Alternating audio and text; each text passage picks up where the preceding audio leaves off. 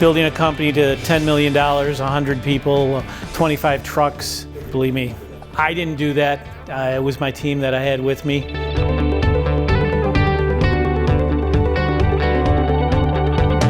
But what we plan on bringing to you guys is showing you the efficiency, how to get your customers to book those jobs. We're going to teach you a little bit about psychology, because a lot of this stuff is psychology.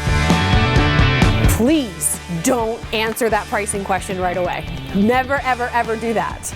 Because all they're doing is asking so that they can call the next guy and see if the next guy's cheaper. Literally, I had a guy saying, I don't mess around with that internet stuff. That's all garbage, that's all junk. Nobody actually writes reviews. Yes, they do. Happy clients do.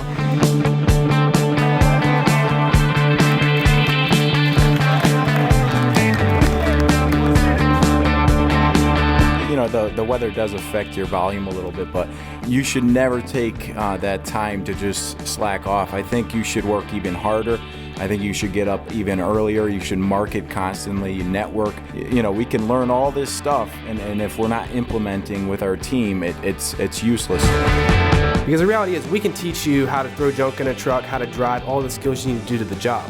But we're looking for guys who have a deep-rooted integrity that we can trust. You know, make sure you cover all your bases and know not just what you want to get into, but how it's going to affect your junk remove business, because that's your main business.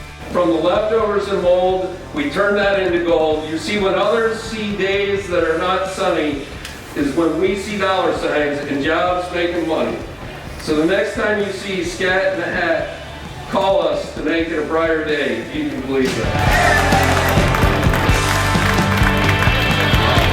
Business is the greatest sport that there is. But having a group of people that have felt your pain, felt your successes, and kind of help push you along has been critical to my success. I wish I'd done more of it.